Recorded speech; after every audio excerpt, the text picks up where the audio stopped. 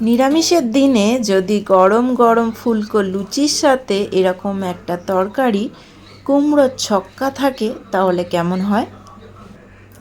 কুমড়োর ছক্কা তো আমরা প্রায়ই বানাই, কিন্তু কি মশলা দিলে সব থেকে বেশি টেস্টি হবে কুমড়োর ছক্কাটা, চলুন দেখে নেওয়া যাক। কুমড়োর ছক্কা বানানোর জন্য কুমড়োটা আমি আগে থেকেই কেটে রেখেছি। আর দেখুন কুমড়োর সাইজটা একটু বড় বড়ই রেখেছি, কারণ ছোট সাইজ করে কাটলে কুমড়োটা রান্নার পরে অনেকটাই গলে যায়, সেই জন্য একটু বড় সাইজে রেখেছি। আর এখানে আলুটাও কেটে নিয়েছি আগে থেকেই, কেটে যাতে না কালো হয়ে যায় সেই জন্য জলে রেখে দিয়েছি। আর এখানে আলুটা খুব তাড়াতাড়ি সেদ্ধ হয়ে যায়, সেই জন্য তরকারির শেষে আলুটা যাতে খুব গলে না যায় তাই একটু আমি বড় সাইজ করে রেখেছি। এখানে আর লাগছে আমার ছোলা। ছোলাটাকে আমি ভিজিয়ে প্রায় 6 থেকে 7 ঘন্টা ভিজিয়ে রেখেছিলাম। রান্না শুরু করার আগে আমি একটা মশলার ঘোল বানিয়ে নেব। আর এর জন্য এখানে নিয়ে নিচ্ছি হলুদ, লঙ্কা, কাশ্মীরি লঙ্কার গুঁড়ো, জিরে গুঁড়ো, ধনে গুঁড়ো।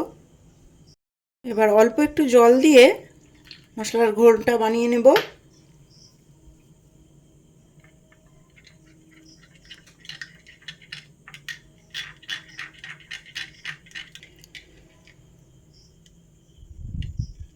ভালোভাবে মশলাটা গুলে গেছে, দেখুন এর মধ্যে একটুকু লাম্পস নেই।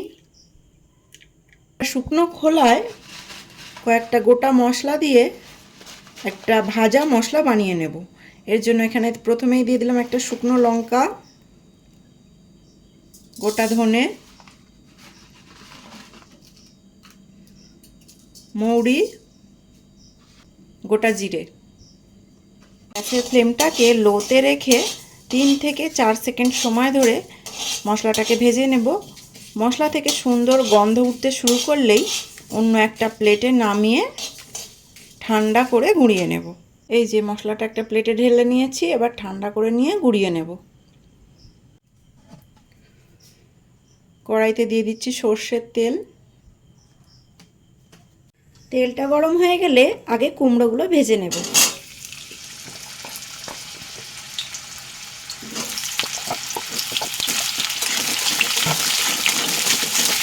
কুমড়োটা ভাজার সময় কিন্তু আগে আমরা নুন দিয়ে দেব না, নুন দিয়ে দিলে কুমড়ো থেকে জল বেরিয়ে যাবে, ভাজতে দেরি হবে তাহলে। আর এই কুমড়োটা ভাজার সময়তেই আমরা 60% সেদ্ধ করে নেব। কুমড়োটা ভাজা হয়ে গেছে, এবার তুলে নিচ্ছি তেল থেকে।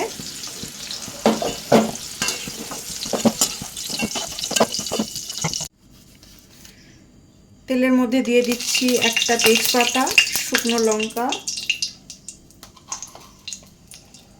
5 ফোড়ন।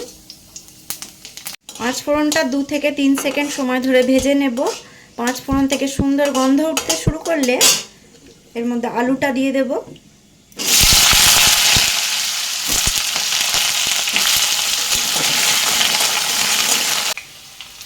আলুটা ভাজার সময়তেই দিয়ে দেব স্বাদ মতো নুন।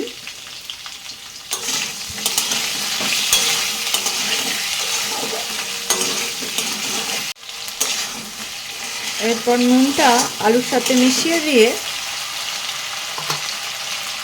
একটু ঢাকনা দিয়ে লো ফ্লেমে আলুটাকে ভেজে নেব।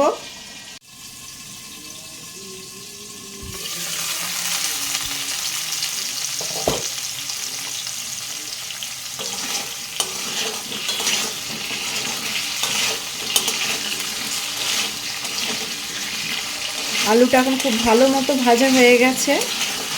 এই সময়তেই একটু আদা বাটা দিয়ে দেবেন, আমি আদা বাটাটা স্কিপ করে গেছি। এবার এর মধ্যে মশলার ঘোলটা দিয়ে দেব।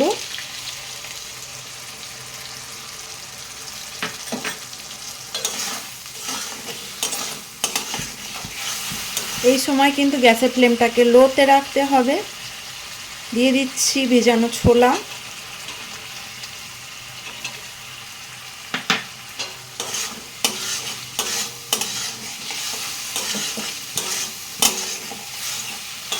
গুঁড়ো মশলাগুলো যেহেতু জল দিয়ে ভেজানো ছিল মানে মশলার ঘোলটা যেহেতু দেয়া হয়েছে আলুর মধ্যে, তাই মশলাটা পুড়ে যাওয়ার ভয় নেই। এবার এর মধ্যে দিয়ে দিচ্ছি ভেজে রাখা কুমড়োগুলো।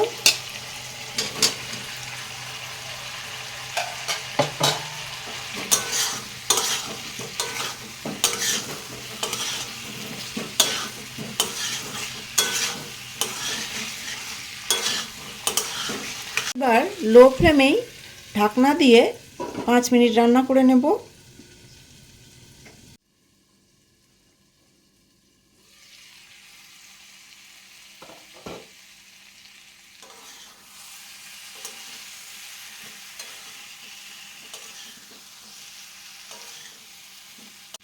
এবার এর মধ্যে দিয়ে দিচ্ছি অল্প জল।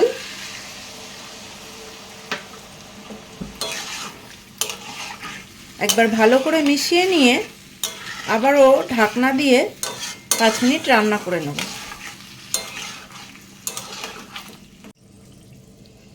আর এই সময় কিন্তু গ্যাসের ফ্লেমটাকে মিডিয়ামে রাখবো। 5 মিনিট পর ফিরে এলাম।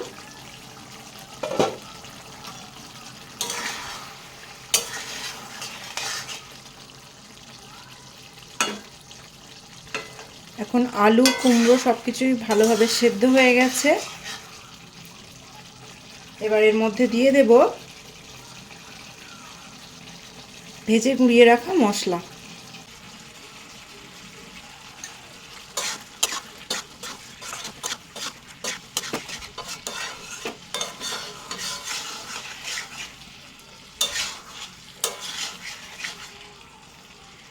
তরকারিটা হয়ে গেছে, এবার নামিয়ে নেব। এরকম ফুলকো ফুলকো লুচি কিংবা পরোটার সাথে গরম গরম পরিবেশন করুন।